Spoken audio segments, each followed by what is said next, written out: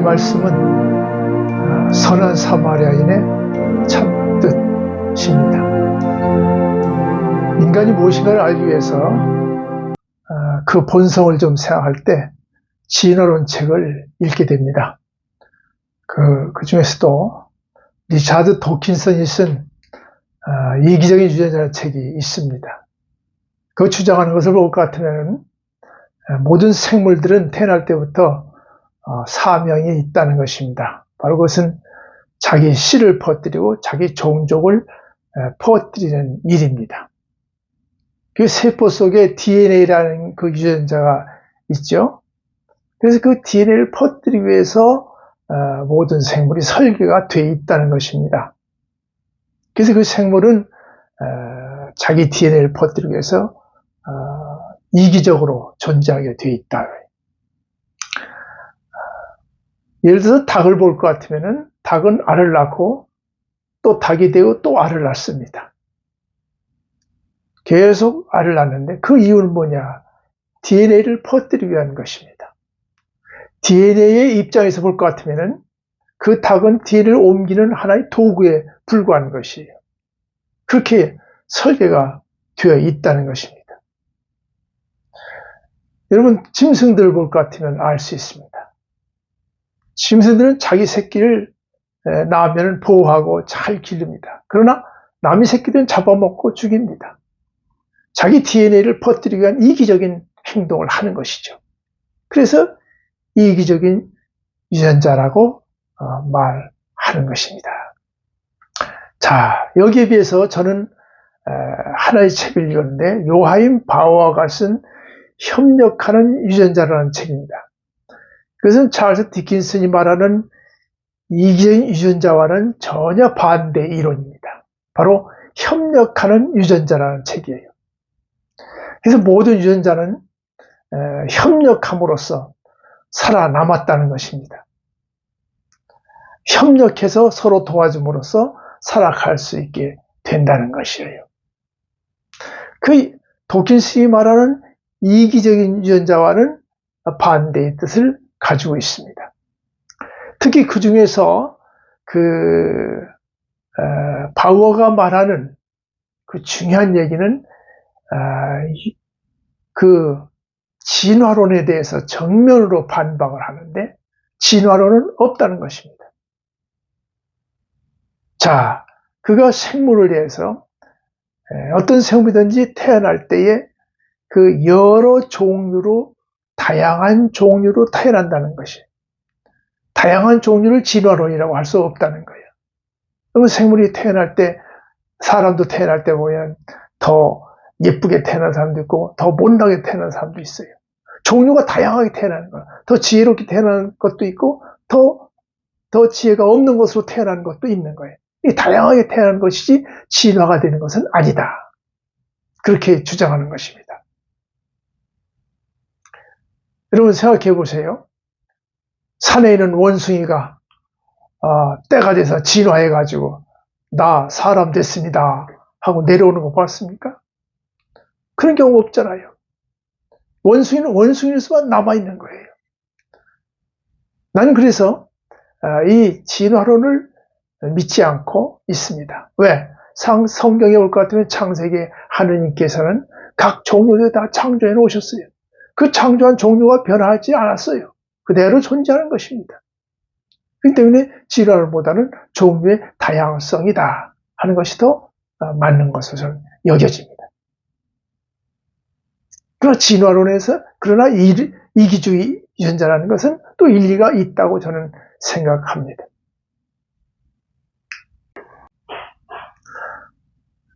여기 예수님께서 아주 중요한 말씀을 우리에게 해 주시고 계십니다. 바로 이것은 성경에 보니까 어떤 청년이 예수님을 찾아와서 묻습니다. 어떻게 영생을 얻습니까? 하고 물으니까 예수님께서 그 대답하시면서 선한 사마리아 사람의 비유를 말씀해 주십니다. 자, 그 선한 사마리아 사람의 비유는 대단히 간단합니다. 자, 어떤 사람이 이제 여리고 길을 지나게 됐습니다. 근데 그 여리고 길이라고 하는 것은 대단히 험합니다. 강도가 만나고 또 도적을 만나는 일이 많습니다. 자, 그렇게 되는 길을 지나가는데 마침 바로 그 나그네가 여리고에서 강도를 만났습니다. 그래가지고 그는 거기에서 있는 돈 다 빼앗기고 옷도 벗기고 매를 맞아서 거기다 죽게 됐어요. 자, 그런 상태에 있는데 거기에 누가 지나가냐면 첫 번째 제사장이 지나갑니다. 제사장이 지나가면 우리 생각은 저 사람이 도와주겠다 이렇게 생각을 했는데 정반대로 제사장은 그 사람을 피해서 도망가 버리고 맙니다. 그 이유는 왜 그럴까요? 바로 그가 성전에서 제사를 드리는데 그 당시에 교리는 제사장의 피를 보거나 묻히면은 제사를 부정하기 때문에 드릴 수가 없다는 것입니다. 그래서 그냥 지나가는 거예요. 결국 그 제사장은 교리 때문에 결국 그것을 피하고 말았습니다. 그러나 사실 그 제사장은요, 제대로 보면 성경의 본질을 제대로 모르는 사람이고 형식주의자였습니다. 성경은 오히려 어렵고 힘든 사람이 있으면 또 도와주는 것이 먼저예요. 그래서 제사보다 도와주는 게 먼저입니다. 제사가 중요한 게 아니에요. 그래서 이 제사장은 제사 때문에 돕는 일을 못하고 지나갔습니다. 두 번째 지나갑니다. 바로 레위 사람입니다. 이 레위 사람도 강도 많은 사람을 보고서 쓰러져서 그냥 지나가고 말아요. 그 이유가 뭘까요? 그는 성전에서 일하는 사람이기 때문에 세상 일은 하지 않는다 하는 생각이에요. 그리고 그 사람도 잘못 생각한 것이죠. 그런 전통과 교리 그리고 자기 직업 때문에 다른 일을 하지 않았어요. 그래서 그는 현실적인 것을 무시하고 피해 도망가는 사람이 되었습니다. 세 번째 사람이 지나갑니다. 바로 사마리아 사람이 지나갑니다. 자, 근데 그 사마리아 사람은 그 강도 만난 사람, 피 흘린 사람을 보자마자 그를 도와주고 그를 치료해주고 그리고 여관까지 데려가서 그를 잘 치료해달라고 부탁까지 합니다. 자, 그 사마리아 사람은 유대인들과는 상종도 하지 않은 시대입니다.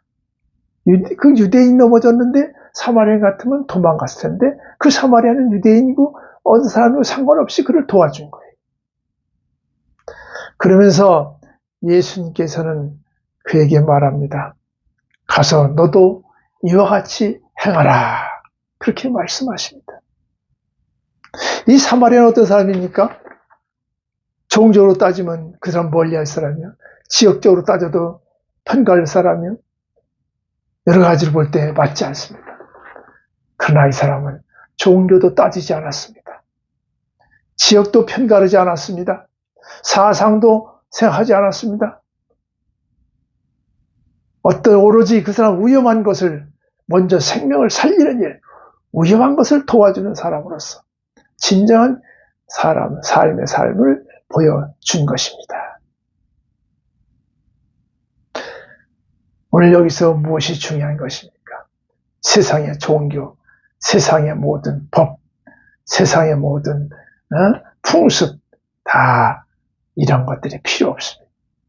이런 것들은 다 막는 것들을 우리는 제거해야 됩니다. 무엇이 더 중요한가를 여기서 말씀해 주고 있는 줄로 믿습니다. 저는 이 선한 사마리아 사람에 대한 얘기를 할 때에 저희 어머니가 꼭 생각이 납니다.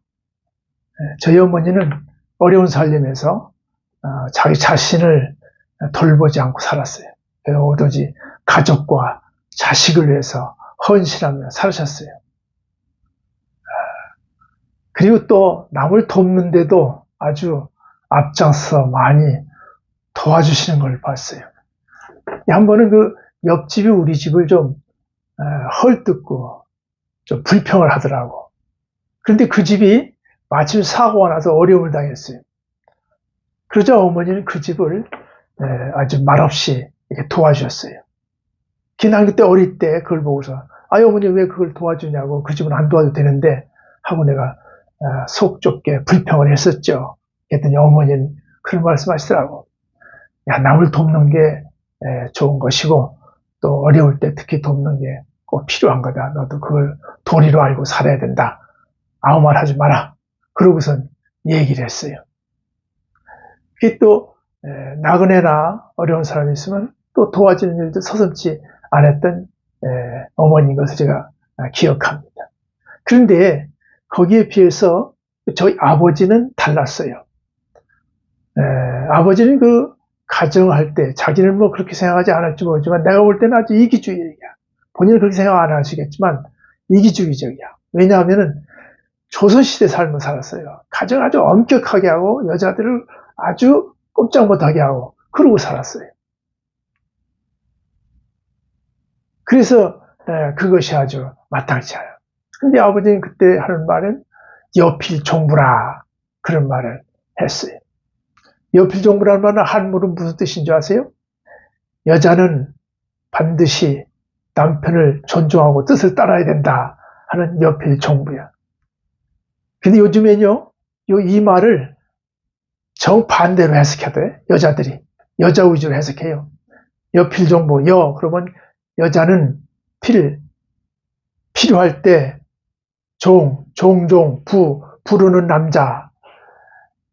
여자가 필요할 때 종종 부르는 남자. 이걸 여필종부라고 해석을 해버리는 거야. 완전히 뒤집어졌어. 그리고 또 남전여비라는 말 많이 했잖아요. 그동안에.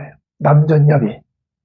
그 남자는 존중하고 여자는 좀 비호한다는 그런 얘기인데 이것도 한문으로 해석하지 않고 한글로 아주 정반대로 해석해. 여자를 존중하는 걸로 해석해요. 어떻게 해석하는지 알아요? 남전여비 그러면 남자가 존재하는 이유는 또 여자의 비율을 맞추는 것이다. 남자가 존재하는 이유는 여자의 비율을 맞추는 것이다. 그렇게 해석을 하는 거예요. 말을 만드는 거예요. 아주 기가 막히게 말을 잘 만들어요. 하여간 이렇게 그 옛날 사상을 가지고 살았는데 우리 어머니는 그래서 그런지 좀 한이 많더라고. 그래서 옛날 얘기 좀 해달라고 그러면요. 우리 어머니 그런 얘기 늘 해요. 대동아 전쟁으로 시작해서 외정 36년 지나서 6.25를 지나서 가난하게 살았다. 그리고서는 마지막에 가서는 아버지를 욕하는 거야. 아버지가 현찮다. 그 얘기로 끝을 맞아요.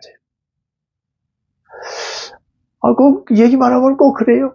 대동아 전쟁이 시작해서 외정 36년 6.25 가난 그리고 또 아버지 욕하는 게 그걸로 레파토리가 아주 정해졌어. 그 왜 그런가 하고 봤더니 어렸을 때 한 사건이 있었어요.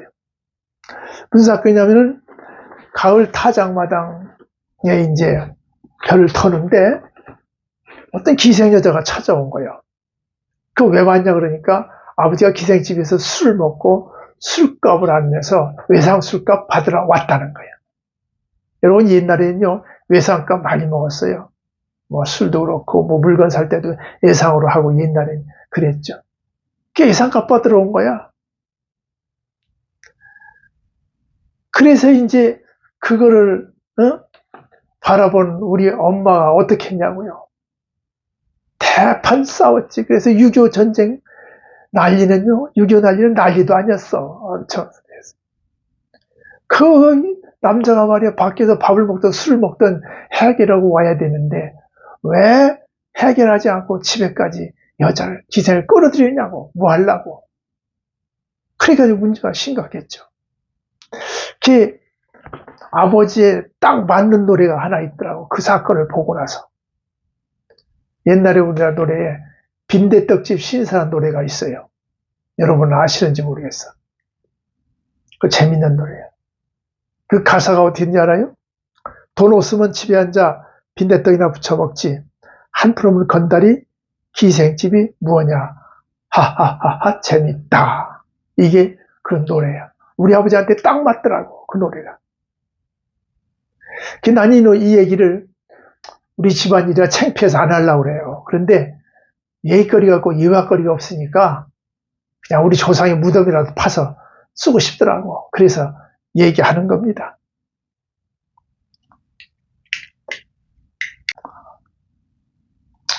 여러분, 하나님을 어떻게 알고 우리가 믿고 기도하고 있습니까?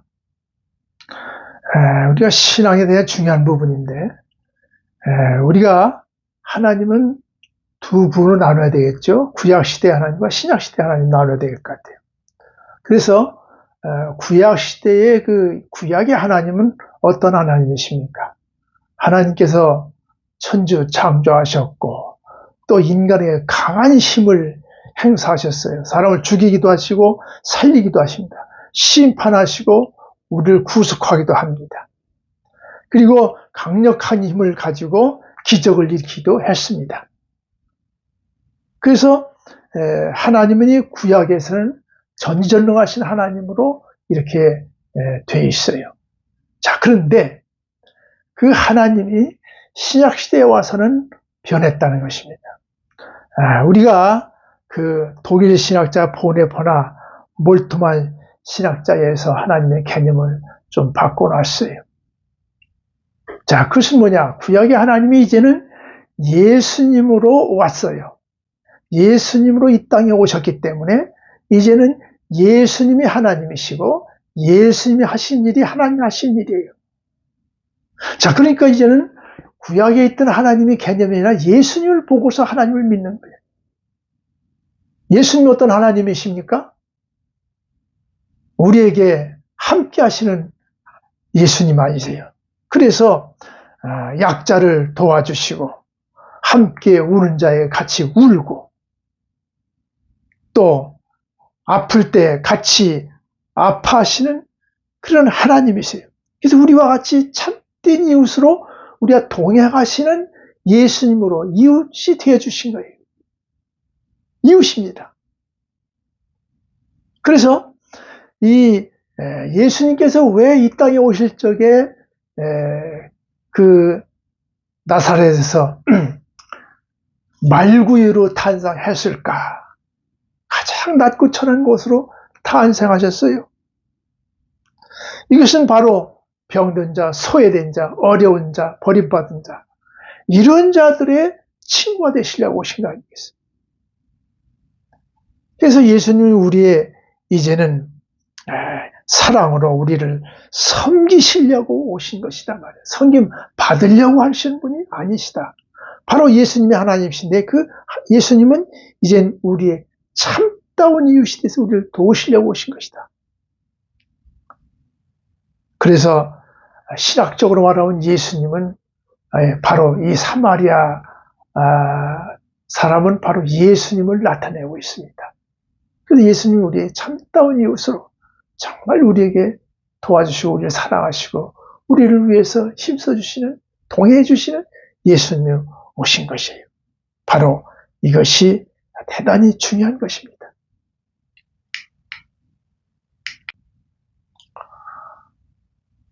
우리의 진정한 이웃이 되시기 위해서 예수님께서는 한나라를 버리시고 스스로 몸 바쳐 십자가에 죽으시고 우리를 구원해 주시고 우리의 이웃의 친구가 되어 주셨습니다. 얼마나 귀한 일입니까? 참 이웃을 우리가 얻은 것입니다. 결론적으로 말해서 우리 이기적인 삶이라는 것은 우리가 환영받지 않습니다. 인간은 의미를 물어보는 존재죠. 그래서 의미 없는 탐욕의 삶이라고 하는 것은 허무한 것이라고 생각합니다. 그러나 선한 사마리아인과 같이 우리가 산다면 의미 있는 인생이 될 것이고 또 거기에 행복이 있을 것입니다. 또 영생이 함께 주어질 것입니다. 오늘 우리는 참다운 이웃이 적어진 이 시대에 우리가 진정한 이웃의 사명을 가지고 이 일을 감당하는 저희들이 돼야 될 줄로 믿습니다.